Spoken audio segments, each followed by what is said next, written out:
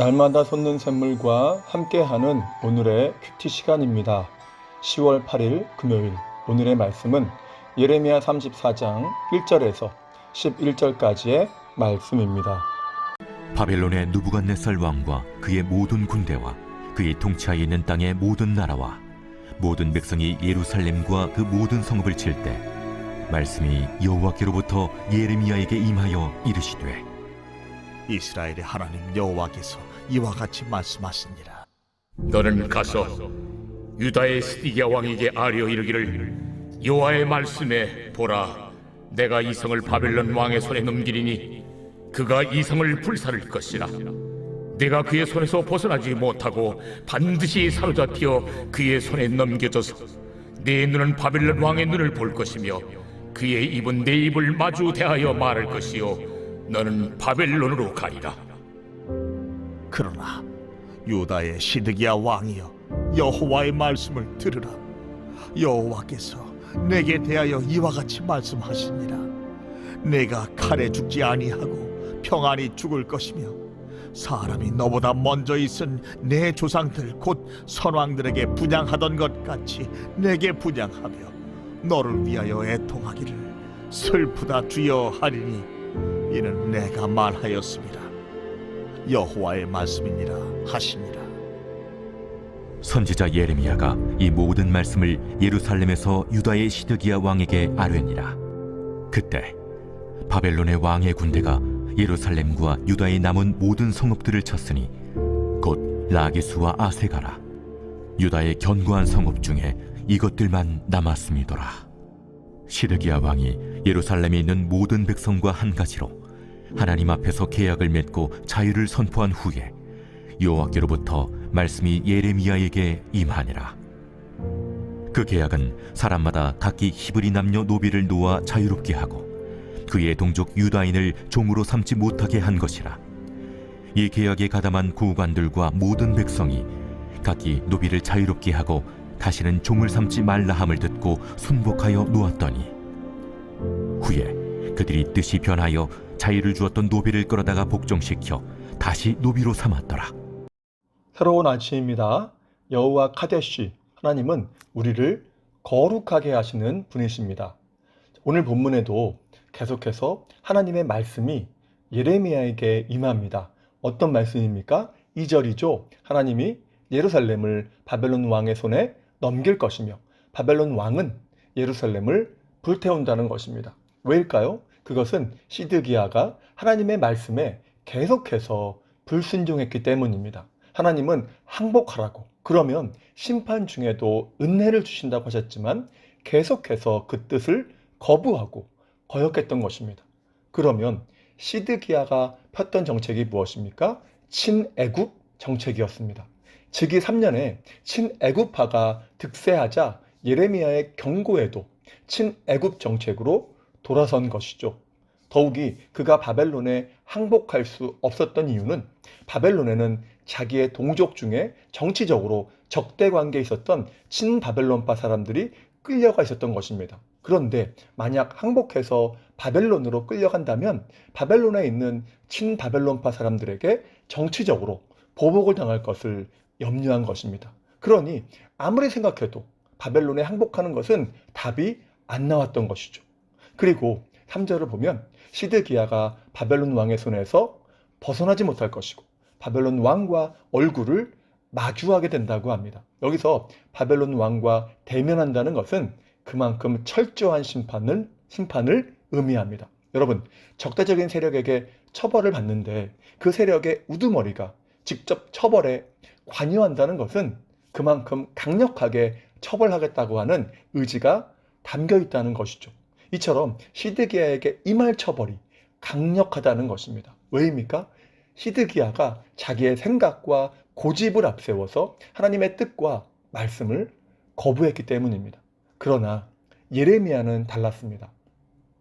예레미야가 예루살렘의 멸망을 선포함으로 얼마나 많은 박해와 어려움을 겪었습니까? 그럼에도 담대하게 하나님의 말씀을 전하는 것이죠. 시드기야가 얼마든지 자기를 죽일 수 있음에도 불구하고 예루살렘은 무너지고 불탈 것이며 시드기야도 바벨론의 그 왕에게 붙잡혀서 바벨론으로 끌려갈 것이라고 선포한 것입니다. 거의 저주에 가까운 그러한 말을 선포한 것이죠. 왜입니까? 그것이 하나님의 뜻이었기 때문입니다. 어떻게 이것이 가능했을까요? 그는 사람보다 하나님을 더 두려워하는 자였기 때문입니다. 때문에 아무리 세상 권력과 힘이 자기를 박해하고 위협한다고 해도 그에게 첫 번째의 고려 대상은 하나님의 뜻과 말씀이었던 것입니다. 사도들의 모습이 그러했죠. 사도행전 4장 19절을 보면 베드로와 요한은 자신들의 생명을 좌지우지할 수 있는 사내들인 공회의 앞에서 하나님 앞에서 너희의 말을 듣는 것이 하나님의 말씀을 듣는 것보다 옳은가 판단하라고 합니다. 너희가 아무리 위협해도 사람의 뜻보다 하나님의 말씀과 뜻을 행하는 것이 옳다는 것입니다. 왜일까요? 그들의 경외의 대상은 하나님밖에 없었기 때문입니다. 그래서 잠언 29장 25절에서 말씀하죠. 사람을 두려워하면 올무에 걸리게 되거니와 여호와를 의지하는 자는 안전하리라. 사람은 존중하고 사랑해야 할 대상일지언정 두려워할 대상은 아니라는 것입니다. 우리가 두려워하며 의지할 대상은 하나님밖에 없다는 것이죠. 이러한 믿음이 있었기 때문에 사도들도 예레미야도 수많은 박해와 위협 속에서도 담대하게 하나님의 뜻을 따라서 복음을 전했고 주님의 은혜를 덧입고 귀하게 쓰임을 받게 된 것입니다. 다시 본문을 보면 시드기야는 애굽을 의지하면서 모든 문제를 해결하려고 했지만 모든 상황은 점점 불리해져 갔습니다.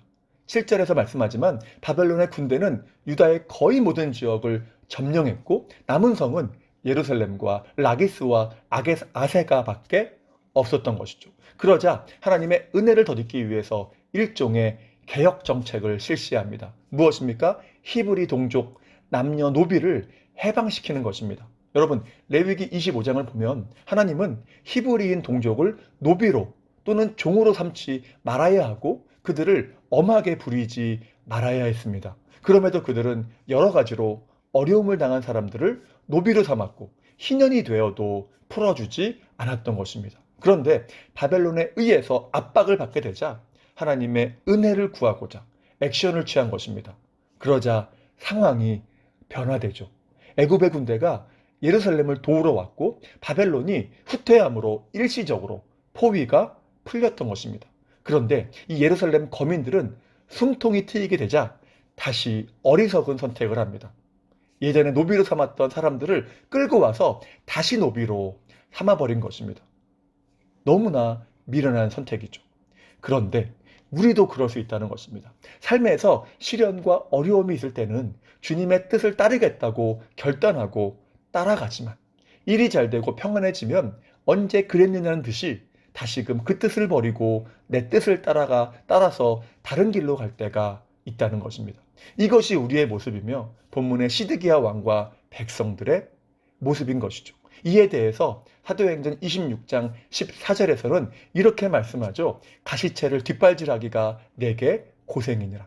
무슨 말입니까? 복음을 받고 하나님의 뜻대로 쓰임을 받아야 될 사도 바울이 오히려 크리스천을 고집스럽게 박해하는 것은 마치 소가 뒤에 달린 가시채를 뒷발질해서 자기 다리만 상처를 입히는 것과 같다는 것입니다. 계속 고집 부리는 것은 자기 손해라는 것이죠. 그런데 오늘 본문이 그것을 이야기합니다. 하나님의 경고를 보고 돌이켜서 하나님의 뜻을 행했다면 계속 지켜야 되는데 조금 숨통이 트였다고 해서 다시 하나님의 뜻을 거역한 것은 미련하다는 것입니다. 가시채를 뒷발질하는 것 같은 자기 파괴 행위라는 것이죠. 결국 잠깐 하나님의 뜻에 순종했던 것은 위기를 모면하고자 하는 일시적이고 진실하지 못한 행위에 불과했던 것입니다. 그 결과가 무엇입니까?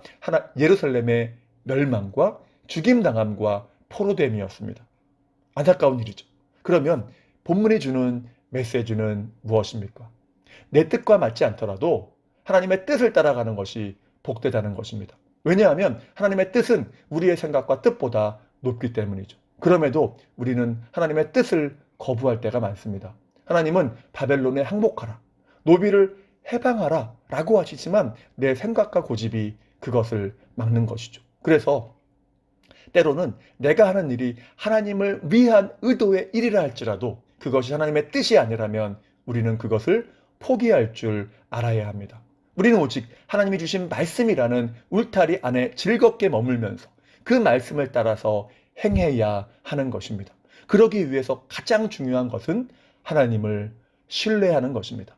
하나님을 신뢰할 때 그렇게 돼야만 우리는 내 생각과 뜻을 거절하고 하나님의 뜻을 따라갈 수 있는 것이죠. 문제는 우리의 삶에서 아버지는 모든 것이 가능하오니 내 원대로 마옵시고 아버지의 원대로 되기를 원합니다 해야 되지만 실제로는 나는 모든 것이 가능하오니 아버지의 원대로 마옵시고 내 원대로 되기를 원합니다라고 할 때가 많다는 것입니다. 시드기야의 모습이 그렇다는 거죠.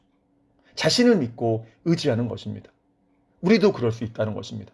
그러므로 때때로 우리가 고난과 징계 중에 있다 해도 하나님은 항상 우리를 위해 선한 것을 예비하시니까 그리고 그것으로 우리를 놀라게 하시니까 하나님을 전적으로 신뢰하는 가운데 내 뜻과 생각이 아닌 말씀이 가리키는 하나님의 뜻을 따라감으로 그 삶이 얼마나 복될 수 있는지 경험하시는 은혜의 삶 되시기를 주님의 이름으로 축복합니다. 자, 그러면 다 같이 주기도문 하시고 주신 말씀을 붙잡고 간절하게 기도하도록 하겠습니다. 하늘에 계신 우리 아버지, 아버지의 이름을 거룩하게 하시며 아버지의 나라가 오게 하시며 아버지의 뜻이 하늘에서와 같이 땅에서도 이루어지게 하소서. 오늘 우리에게 일용할 양식을 주시고 우리가 우리에게 잘못한 사람을 용서하여 준 것 같이 우리 죄를 용서하여 주시고 우리를 시험에 빠지지 않게 하시고 악에서 구하소서. 나라와 권능과 영광이 영원히 아버지의 것입니다. 아멘.